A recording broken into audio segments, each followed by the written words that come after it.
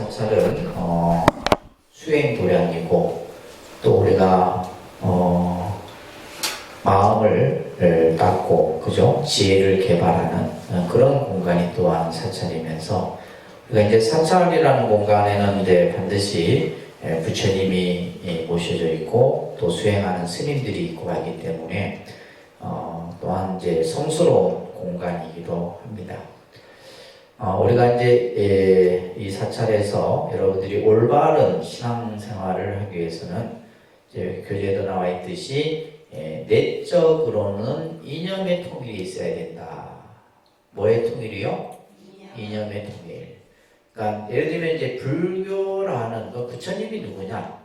불교가 뭐냐? 부처님의 가르침이 뭐냐라고 했을 때 모든 사람이 똑같은 그 개념을 같이 이해를 해야 된다. 어떤 사람은 이렇게 이해하고 어떤 사람은 또 다르게 이해를 하고 이렇게 하면 안 돼요. 그래서 교리에 대한 이념, 그죠? 교리에 대한 개념이 이제 바로 이 이념의 통일이 있어야 된다는 의미이고 외적으로는 뭐냐면 이제 우리가 뭐의 통일요? 행동 양식의 통일이 있어야 된다.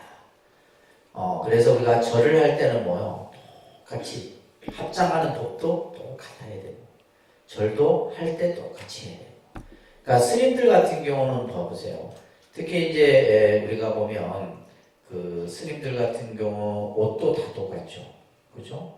옷도 다 똑같고 또 머리를 깎아야 될 땐 똑같이 머리를 깎고 이렇게 이제 어떻게 보면 절을 할 때 똑같이 하고 바로공양 할 때 똑같이 바로공양을 하고 그런 예법들 이런 것들이 전부 행동 양식의 통일이에요.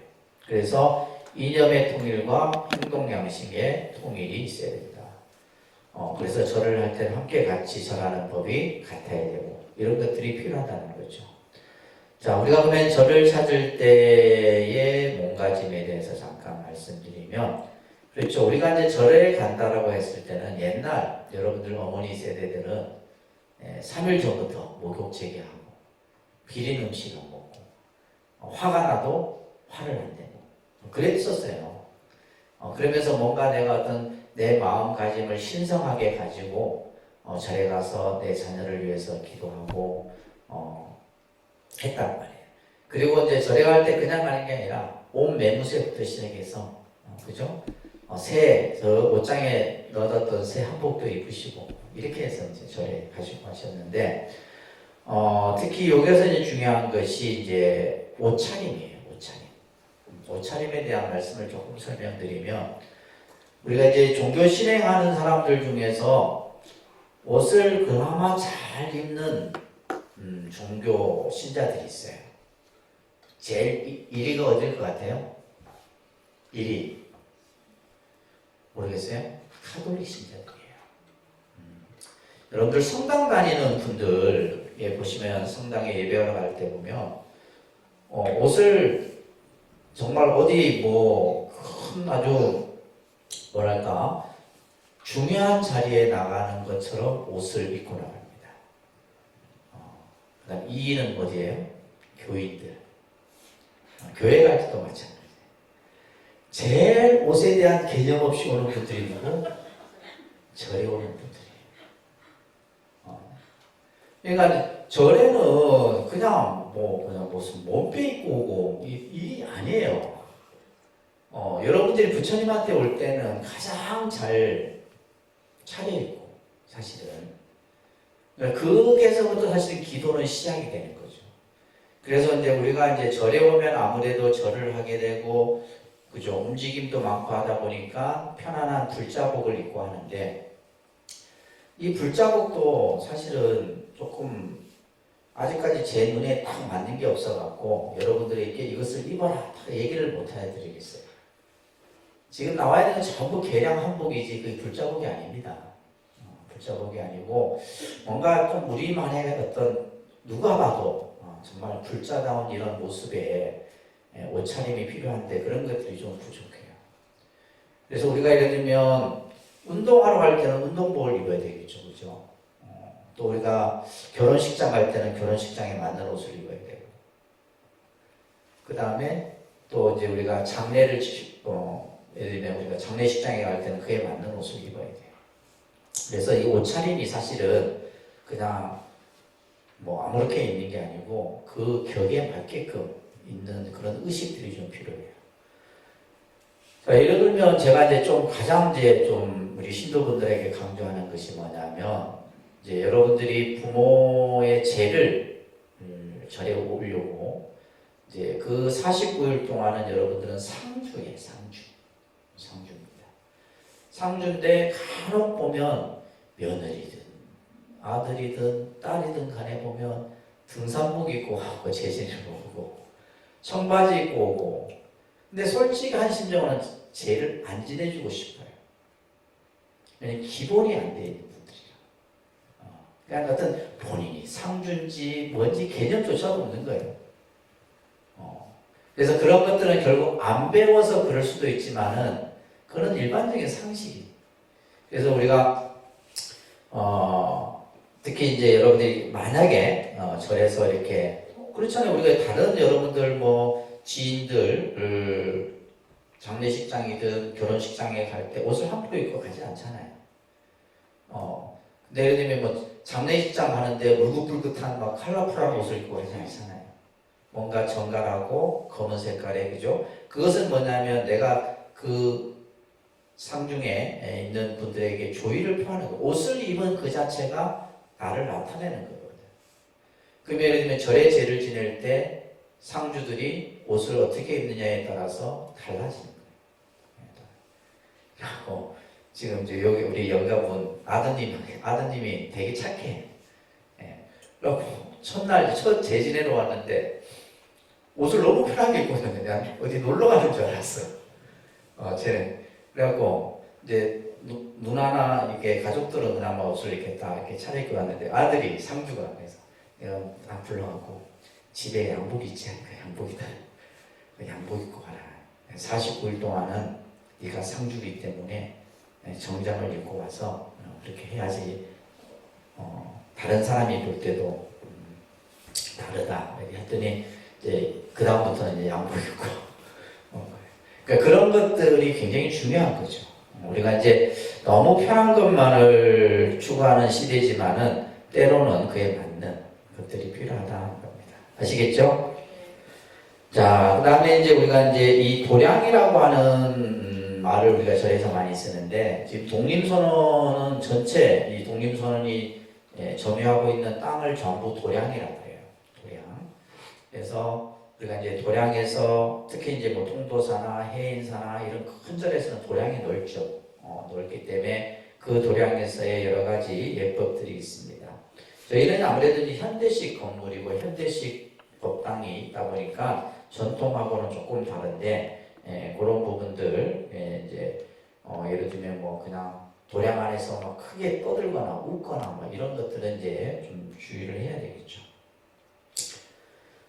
그 다음에 페이지 넘겨보시게 되면 이제 합장예법입니다. 합장예법인데, 자, 우리가 이제 불교 예절의 중요성을 참 이게 중요한 부분인데, 그래서 불자로서 갖춰야 될 가장 기본적인 예법, 행위 규범, 이런 것들을 우리는 이제 이 불자 예절의 가장 중요한 특징이라고 보시면 됩니다. 그래서 아까 이제 합장하는 이 합장예법은 인도 고대 인사법인데요. 그래서 내 마음을 모아 상대에게 존경하는 마음을 나타내는 거죠. 그래서 어떻게 보면 공경과 예배의 상징이 바로 합장이다라고 이해를 하시면 될 것 같아요. 아시겠죠? 자, 그 다음에 이제 반배 우리가 이제 상황에 따라서 반배로서 하는 인사법들이 있는데 예를 들면 이제 스님을 만나거나 또 이제 대중이 많이 모였을 때, 또 우리가 법당에 들어오고 나갈 때, 이럴 때 이제 주로 반배의 인사법들을 행하게 됩니다. 자, 이렇게 이제 그리고 여기 보시면 차수가 있는데 차수예법은 보통 우리가 이제 절에서 저희 스님들 같은 경우는 이제 이 차수를 굉장히 오랫동안 이걸 합니다. 그래서 도량을 다닐 때 이렇게 막 다니는 게 아니라 항상 이렇게 손을 모아서 이렇게 차수 형태로 다니게 되고 합니다. 우리가 예는 세 가지가 있는데 입으로 하는 거, 무릎은 굽혔지만 머리가 땅에 닿지 않는 거. 근데 가장 지극한 예가 이마가 땅에 닿는 거. 이런 세 가지가 있어요. 그래서 이 세 가지 중에 가장 이제 아주 지극한 예가 뭐냐? 정례라고 해요. 이마 정자 의례자에서 정례의 예법이 이제 가장 어떻게 보면 예를 아주 극진히 나타내는 인사법이다 라고 보시면 되고, 아까 우리가 이제 절을 할 때 두 손으로 이렇게 받들었죠, 그죠? 이 예법을 접종례라고 해요. 접종례. 이제 부처님을 다 이렇게 받든다라는 그런 예법의 형태고, 또 이제 부처님 발 아래 머리를 숙여 절하는 것을 정례불족이다라는 이런 예법들이, 그래서 부처님 당시 때도 보면 많은 왕들이나 또 신하나 또 주님의 제자들이 이러한 예법들을 행했다라고 합니다. 자, 보통 우리가 이제 육아에서는 절을 두 번 하죠. 그죠? 제사를 지내거나 할 때 절을 두 번 하는데, 그 두 번 하는 의미는 음과 양을 나타내는 상징적인 의미로서 두 번을 하고, 그러나 부처님의 제자들이 세 번 절하는 것, 이건 가장 아주 최상의 예예요. 그래서 우리가 절에서 제를 지낼 때나 또 기도를 할 때나 기본적인 절은 몇 번? 3배를 한다는 거 꼭 기억하시기 바랍니다. 그 3배의 의미는 삼업을 참여하고 삼보에 귀하고 공경하는 그런 의미가 3배의 의미 속에 담겨 있다는 거. 그래서 석시오람이라고 하는 책에서 이것을 이제 정의하고 있습니다.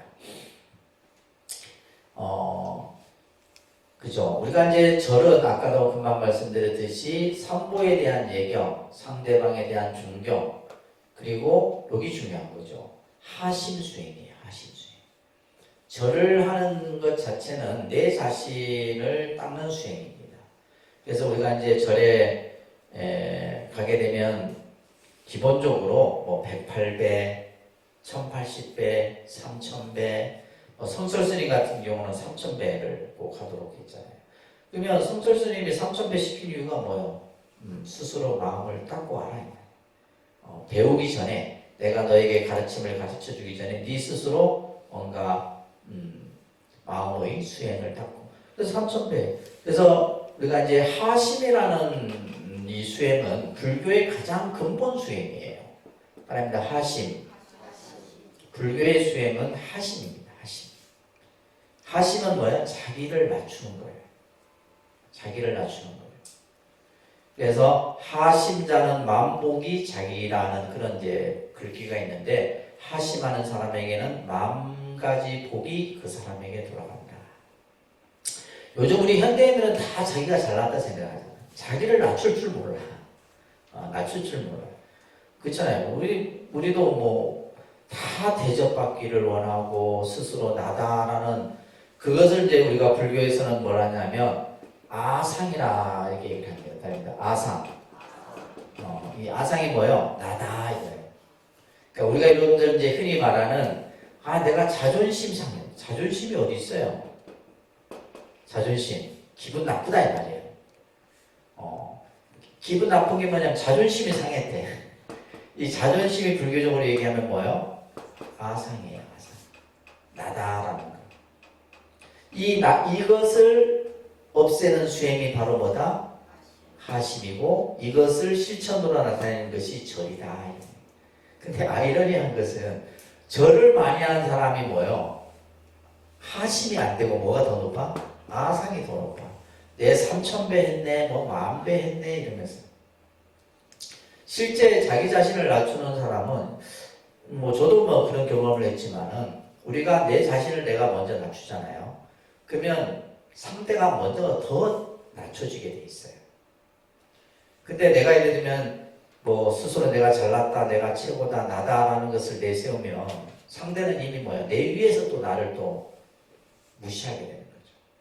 그래서 우리 이제 불자들의 가장, 스님들은 처음 출가하면서부터 이 공부부터 해요. 그래서 처음에 가면 이제 뭐 출가하고 나서 뭐 보는 사람마다 이게 절을. 근데 저같이 이제 한 30년, 40년 되면 이제 허리가 안 내려가. 왜 그래요? 상이 붙은 거예요. 내 자신에게 뭐요? 상이 붙은. 그래서 예전에는 이제 그 예법을 보면 비구니 스님들이 비구 스님을 보면 먼저 절을 하거든요. 절을 한단 말이에요. 그러니까 예전에 학교 다닐 때는 저기서 비구니 스님 오면 절을 하나 안 하나 내가 안 하고 버티는 거예요. 서로 이제 마주치면 상대가 먼저 해야지 내가 하는데, 근데 이제 하나 안 하나 이거 생각하는 게 뭐예요? 나한테 뭐가 있다는 거예요? 상이 있다는 거예요. 결국 안 하고 가잖아요. 싸가지 없는 네. 그래서 우리가 이 하심 수행은 불교의 가장 근본 수행, 하심이 돼야 됩니다. 아셨죠? 여러분들이 절에 와서 공부하는 그 공부는 하심이에요. 하심만 되면 여러분들 집에서 남편하고 싸울 일이 뭐 있어요? 다툴 일도 없고 싸울 일도 없어요. 다른 사람하고 시비할 일도 없고. 근데 우리는 나다라는 이 상을 가지고 있어서 그렇다는 겁니다. 자, 우리가 아까 이제 그래서 이러한 하심 수행의 방법인데, 그래서 절을 통한 이 절 수행의 공덕을 보면 첫째, 그렇죠? 건강이 좋아집니다. 절을 많이 하면. 그 다음에 항상 불보살이 옹호해 주시고, 특히 우리가 이제 절을 하면서 뭐냐면 내 업장이 소멸돼요. 그래서 실제 요즘에는 보면 그 절을 건강학적으로 이렇게 절을 하는 분들이 많아요.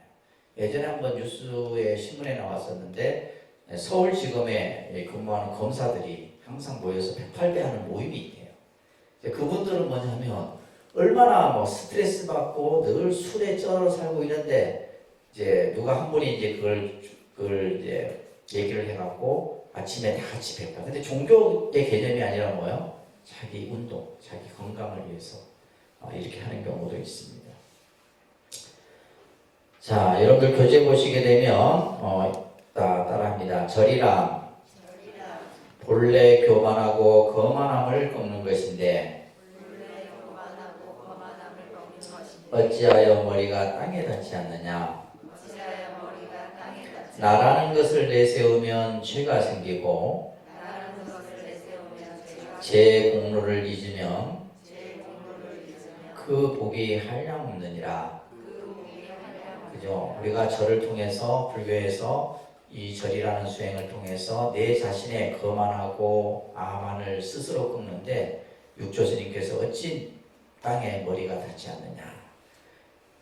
그죠? 그래서 우리가 나라는 것을 자꾸 내세우게 되면 허물만 생기는 거예요. 허물만 생기고 스스로 자기의 어떤 그 공을 잊게 되면 그 복이 한량이 없다라는 육조스님의 말씀도 우리가 좀 기억해야 되지 않나 싶습니다. 그래서 이제 우리가 고두법, 아까 이제 지금 요 어린 봉자가 하는 게 고두법이죠, 그죠? 이마 밑에다가 딱 두 손을 모으고 하는 이제 이런 예법도 있고, 이제 장계법도 있고, 여러 가지 법의 그러한 예법들에 대한 내용들이 있습니다. 자, 보시면 아까 고두레 했었죠, 그죠? 마지막 3배 끝에, 그러니까 108배를 하더라도 108배 마지막에 이 고두레를 해야 되고, 3000배를 하면 3000배 마지막에 이 고두레를 하셔야 되는 거예요. 그래서 이것은 내가 절을 아무리 많이 한다 해도 삼보에 대한 존경의 마음을 다 담아낼 수 없다. 내가 아무리 절을 많이 한들 그 부처님의 공덕을 내가 그것을 다 표현할 수 없다는 얘기예요. 그런 마음으로 이 고두레를 하는 겁니다. 그래서 부처님의 공덕을 생각하고 지극한 마음으로 내가 한 번 더 정성스럽게 내 마음을 잡는 그런 의미에서 하는 예법이 고두레입니다. 이것을 다른 말로는 유언반배라고 해요. 그런데 유언반배, 유언반배는 뭐요? 무수히 얘기하고 싶은 마음을 내가 이걸로 그냥 표현하는 거죠. 나는 더 많은 내 마음을 표현하고 싶은데 이것을 고두레의 예법으로서 표현하는 것을 우리가 이제 고두레라고 합니다. 자, 그리고 이제 불전, 법당에서 여러분들 이제 몸가짐이나 행동을 잠깐 설명, 이런 건 뭐 기본적인 상식이에요, 그죠? 다른 사람이 절을 할 때 그 절하는 앞을 지나가면 안 돼요. 잠시 멈췄다가 아니면 뒤로 가든지, 그거는 꼭 여러분들이 좀 유념해 주셨으면 하고요. 요즘에는 그래도 이제 뭐 향을 막 많이 피우고 이런 이제 신앙은 잘 없죠. 향이 하나 꽂혀져 있으면 그냥 그대로 그냥 두고 이렇게 합니다. 중국이나 대만이 보면 향을 많이 피우죠. 향을 굉장히 많이 피웁니다. 나중에 이제 하겠지만은 요게 보시게 되면 이건 이제 우리가 법당에 이렇게 부처님 앞에 이제 촛대가 쌍으로 있고 그죠? 이 가운데가 향로고 요게는 닭이불이라고 그래요. 닭이고 요게는 이제 마지를 올려놓는 곳인데 요게 이제 향이 있고 그래서 이제 보통 이제 저희 독립선언은 향이 이거 지금 이거는 이제 조금 저희가 국산 향을 좀 쓰다가 국산 향이 조금 그래서 다시 이 향은 지금 일본 일제향입니다. 일제향인데 그러니까 아무래도 좀 가격이 나가겠죠. 그래서 그냥 향을 좋은 거 피워야 돼요. 그래서 저도 이제 개인적으로 향을 참 가끔씩 피우는데 일본에 가면 이제 긴자는 고급 쇼핑 가잖아요. 긴자에 가면 제가 항상 향 가게를 꼭 갑니다. 가서 향을 일부러 이제 사오는데 이 향 하나에 얼마를 하냐면 20만 원짜리 향이에요. 이 한 개비 그 정도. 좋은 향이죠. 좋은 향. 그 정도는 못 사고.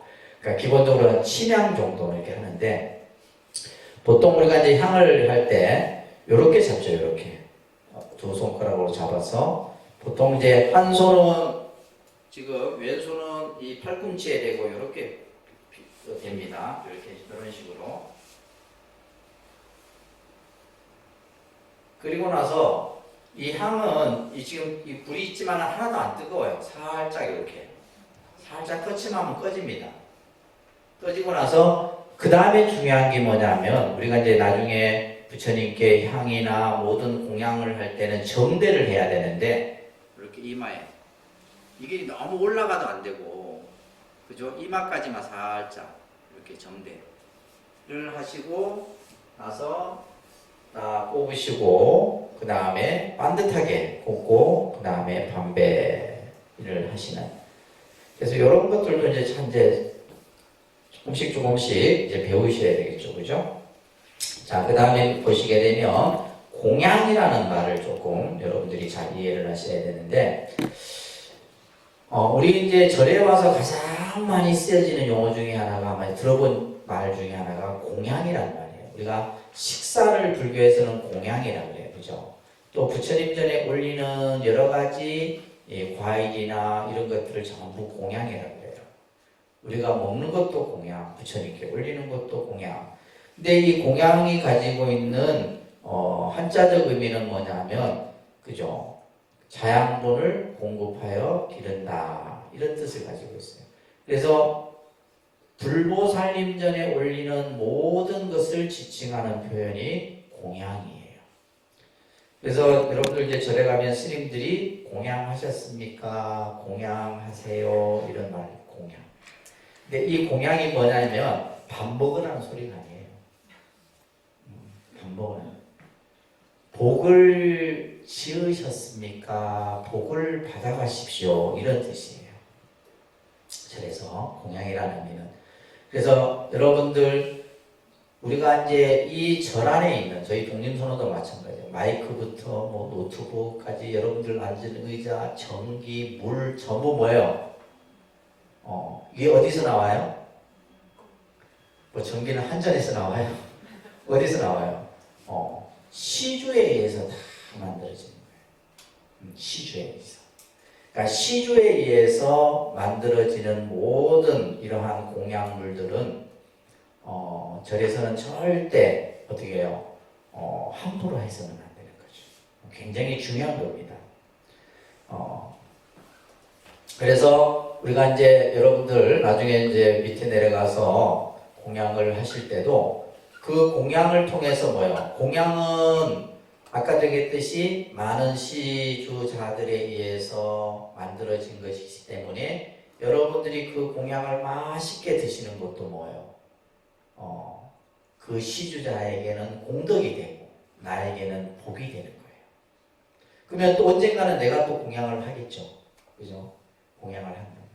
그래서 이 불교에서의 공양이라는 의미는 단순히 그냥 밥 먹으라 이런 뜻이 아니고 내가 그 공양을 받아줌으로써 내가 공덕을 내가 키우는 거예요. 내 공덕을 내가 키우는 거예요. 우리가 이제 이 불교에서 복이라는 개념과 공덕이라는 말이 있어요. 그죠? 복덕, 공덕 이런 이제 많이 용어를 사용하는데 이 복은 우리에게 필요할까요? 복은 필요하죠. 우리가 살아가는데 이 복만큼 중요한 게 없습니다.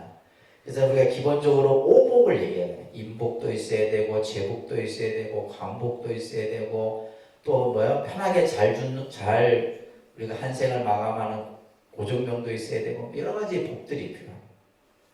그래서 이 복덕을 우리는 잘 그것을 관리하고 쓸 줄도 알아야 돼요. 근데 보면 복이 없는 사람들을 우리는 어떻게 표현하냐면 박복하다 이렇게 표현을 써요. 들어보셨어요? 이런 용어들 박복하다. 이 박자는 열불 박자라 해서 한자로 쓰면 복이 없는 거예요. 찌지도 복이 없는 사람들이 보면 복지을 생각들을 하게. 우리가 절에 와서 하는 행위는 모든 것이 뭐냐면 복덕과 공덕을 짓는 행위예요. 우리가 이제 이 복의 크기를 복량이라 그럽니다. 복량. 네, 자기 복의 크기를 여러분들 아세요? 통장에 얼마 있는 것만 알지. 자기가 가지고 있는 복의 크기가 있단 말이에요. 그러니까 이제 내 복을 어떻게 해요? 내가 지어야 되는 거예요. 나는 이 신념으로 사실 어떻게 보면 평생 스님 생활을 한 거예요. 그러니까 누가 봤을 때는 제 복이 많을까요, 적을까요? 여러분 집 할 때 많을까요, 적을까요? 어마어마하게 많죠. 왜냐하면 일단 뭐예요? 그죠? 위험적으로 봐도 이 3,000평이나 되는 땅과 이 건물과 제가 창원에도 또 땅이 1,000평 있어요. 엄청나게 뭐가 많아요? 복을. 근데 내가 이 복이 도대체 어떻게 만들어졌을까?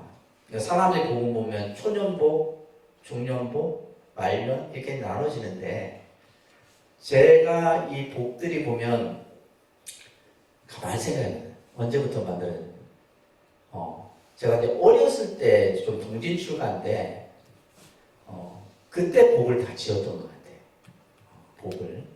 그래서 지금도 내가 이제 요즘에 간혹 제가 화장실 청소도 제가 합니다. 도량에 걸레질도 제가 하고 그걸 일이라 생각 안 하고 나는 뭘 생각하냐면 내 복 짓는다 생각으로 하는 거예요. 그러니까 다른 생각할 때는 주지스님이 왜 걸레질하고 청소하고 하냐 생각하는데 내가 내 복을 짓는다 생각을. 그 생각으로 평생을 내가 살아온 것 같아요. 그래서 어느 날 내가 이제 복이 없으면 복을 또 지어야 돼. 가서 풀을 뽑든 뭘 하든 여러분들도 그렇게 하시라는 거예요. 아시겠죠? 그래서 이 복이라고 하는 것은 물질적인 것이든 정신적인 것. 근데 이 공덕이라는 것은 보이지 않는 거예요. 이거는 없어지는 게 아니에요. 근데 이거는 쓴 만큼 없어져요. 내가 쓴 만큼 없어지고 또 내가 어떤 행위를 잘못하게 되면 그 복이 감하고 그래서 복을 감하는 것을 감복이라고 해요. 옛날 어른들이. 감복한다. 저런 감복하는 행동한다. 이렇게 얘기해요. 그래서 우리가 이제 절에 지금 공양이라는 의미가 나와서 그렇지만은 바로 복을 짓고 공덕을 닦아가는 이게 가장 중요해요. 그러니까 이 두 가지가 있으면 세상 살아가는데 좀 덜 힘듭니다. 아시겠어요? 세상 살아가는데 덜 힘들거든요. 그러니까 보면 복도 없는 사람들이 복 지을 생각을 안 하고 그냥 감복하는 일만 한다. 그래서 불교에서 이러한 공양의 의미들을 여러분들이 잘 이해를 하셔야 되고, 자, 따라합니다. 이 음식은 어디서 왔는가? 내 덕행으로 받기가 부끄럽네. 마음의 온갖 욕심 버리고 몸을 지탱하는 약으로 와라. 도업을 이루고자 이 공양을 받습니다. 자, 제가 이제 항상 강조하는 것이 우리 불자들은 가장 기본적인 것들이 안 돼 있어요. 기본. 그래서 내가 힘들어도 교육을 하는 이유가 거기에 있습니다. 기독교인들은 보세요. 뭐 집안이든 밖이든 어디 식당이든 간에 뭐요? 음식만 오면 뭐 해요? 기도합니다. 같이 기도합시다. 기도가 5분 3분만 그냥. 야, 대단한 분들이에요. 난 사실 존경하고 싶어. 그분들이 존경스러워요. 근데 우리 불자들은 뭐요? 밥하다 보면 그냥 수저부터 입에 들어간다. 지금도 마찬가지예요. 내가 아무리 얘기해도 이게 안 돼. 저희 이제 스님들이 바로 공양할 때 나오는 개송인데 이 음식이 어디서 왔느냐. 내가 지은 복으로는 이 공양을 받기가 부끄럽다. 내가 수행을 통해서 마음의 욕심을 버리고, 그죠? 이 몸이 있어야지 또 수행을 할 거 아니에요. 그래서 몸을 지탱하는 자고로 하라. 내가 깨달음을 얻고자 이 공양을 받습니다. 이 정도까지는 제가 바라지 않습니다. 아시겠어요? 여러분들 공양할 때 어떻게 해요? 합장하고 이 공양을 감사히 받겠습니다. 이 정도는 좀 하라는 거예요. 아시겠죠? 오늘부터 하세요. 오늘부터 집에서도 이제 가족들하고 하세요. 음식에 대한 감사함. 그러니까 우리가 어떤 아무것도 아니지만은 그런 것들이 굉장히 중요합니다. 그래서 이제 절에 와서 공양을 할 때는 항상 이 공양에 대한 감사함을 가지시기 바라겠고요.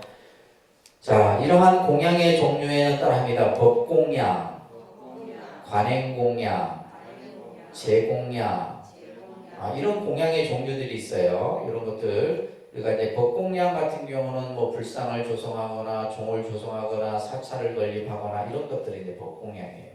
또 이제 이 부처님 경책을 편찬하거나 이런 것들. 그 다음에 관행공양은 도량을 청소하는 것.